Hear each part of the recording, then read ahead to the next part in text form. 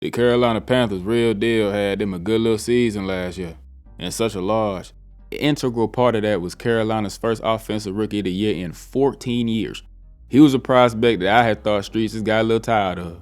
He was that basically from the moment he got to AZ. 700 yards and 8 tugs right out the gate. Followed it with 14 and 1,300 yard seasons. Prospect fatigue to a T. Picking a highly touted receiver like this early in the draft didn't at all feel like something the Carolina Panthers would ever do. Father God Almighty, am I glad they did though. Year one was excellent. Not perfect, but excellent. Was everything the city could have wanted and more. Specifically down the stretch coming up real big for the platoon. Now of course, there's areas to continue to improve is the case with any young player. But he's got it all right now. Moving forward, it'll just be about putting certain things together more consistently. I felt as though T-Mac's pre-draft strengths were evident, and many of them done carried right on over to the league. Always thought he had a high floor due to his great capabilities as a possession receiver. He's got a great feel for the game, real QB friendly, able to find and sit in them zones. He's about 6'5", so he's quite a large target to see sitting right over the middle. And it is great working back to the QB whether we talking about settling in them open areas or in the scramble drill. Athletically, I feel he may still be a little misunderstood. He's not the huge, overly physically imposing big body of old. That type of almost pure jump ball receiver is hard to exist in the game of football that is played today. T-Mac is a smooth, fluid mover.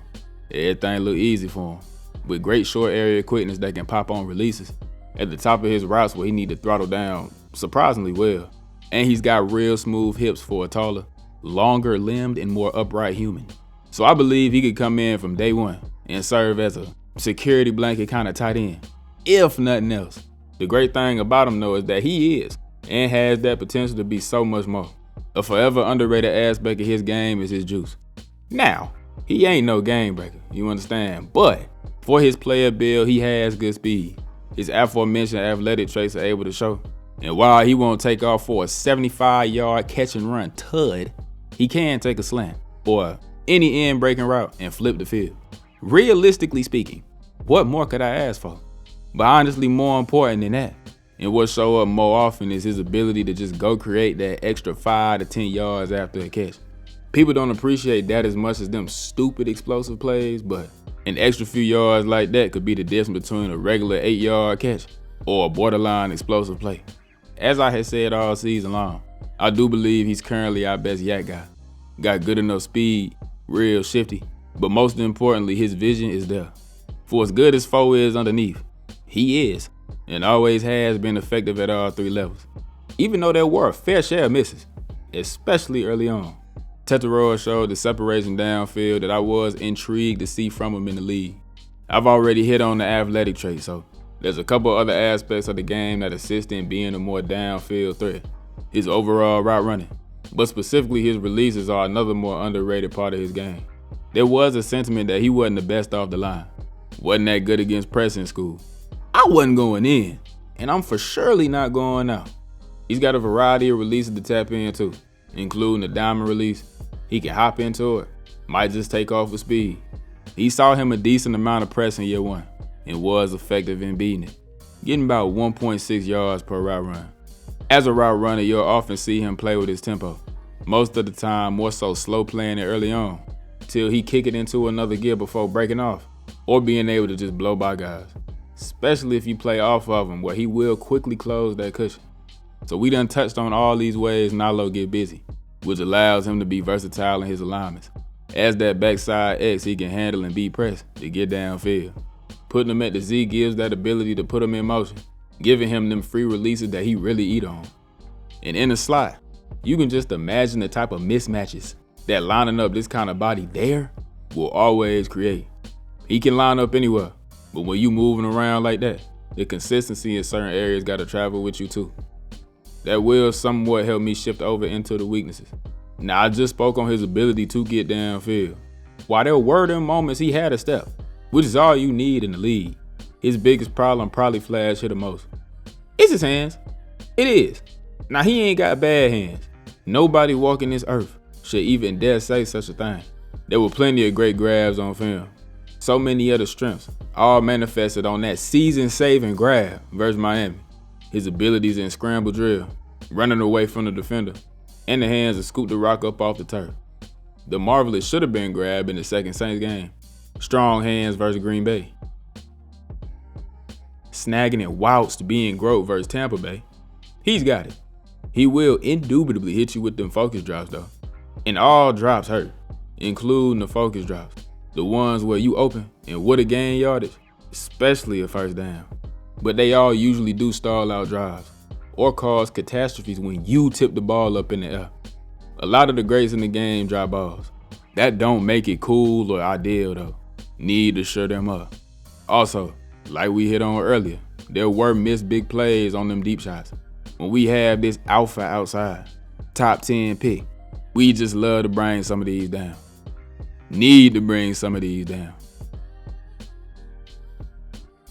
I know the spec catches was some that he was sort of known for in school, but he didn't secure not a singular sole one-handed catch this year. Bout gave a catch of the year candidate versus Arizona early on, but my dog was all the way out of bounds. If we get up there with 2, maybe some of these are complete. Maybe. The drops, that's the big one. Also, playing a little more to his size, consistently. Now when you just see the measurables, about 6'5", 215-ish, which was why people were so inclined to compare him to Drake London coming out, which wasn't the worst comp necessarily.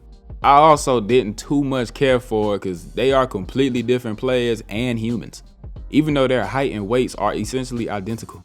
T-Mac is more slender and long-limbed, while Drake is overly solid. And the literal physical differences showing they play styles. Drake play like a big boy, is more of that possession receiver, whilst being a demon in jump ball contested catches. Ball in the edge Drakes.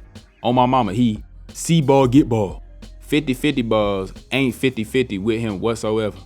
T-Mac smoother, plays with the finesse, which is fine, but 6'5"? Sometimes, dawg, you gotta box a little nigga out and go get that drum. Put them bunnies to use. Use your strength more consistently, cause he's capable climbing that ladder. And lastly, I briefly touched on it after week 18. I ain't had one play do it for me like this one did. This is the physicality we need from him, just more often. We know, the league know, that you smooth, but you gotta continue to let them know that if you think you gonna pull up to my stoop and jam me up, nigga please. This play was perfect, dawg, good lord. Releases outside first to sell it, before bringing it back inside, smushing Benjamin Morrison, then takes off and high points the rock. Also playing into this more, as well as just his own personal ascension, would hopefully get the refs to not throw they hanky on a play that should have been legal anyways. This ain't a situation where I'm wanting the guy to do something or become something that he's never done. He's shown he's capable of these things. The city just need him more often. I truly believe that Carolina has found their guy. I think he's more than a really good number 2. Some projected him to be pre-draft. I think he's more than just a decent or serviceable number 1. I'm of the opinion that he's right on his way to being one of them ones. Gave great performances and put down great numbers right out the gate, especially considering that a lot of Carolina's identity is revolved around the run game. And they had several rough passes throughout the season slanging the rock. But he showed me too much off the ripper. Can affect the game genuinely in every way for me to not think he'll be a consensus top 10 player at the position sooner rather than later. It's really exciting having this kind of talent in the city once again. But what make me ecstatic is what's already around him and what else could come in through the offseason and draft. We'll get to that real soon though. Hope y'all enjoyed this one right here. Just wanted to come forth and show some love to the rookie that, on my life, probably saved Carolina's season. There was a couple different points through the year where I was sitting there like, yo, if tetairoa McMillan wasn't on this team, I don't know what I would have done with myself. Felt as though too this would be a good entry into the Carolina offseason content. Already got another one of these I'm working on for about next week. Like I said, I hope y'all enjoyed this one though. If you did, leave me a little like. Drop any kind of thoughts you got in the comments. Hide the video, that drone do work. Subscribe to the channel. And I'm gonna see y'all real soon in my next one.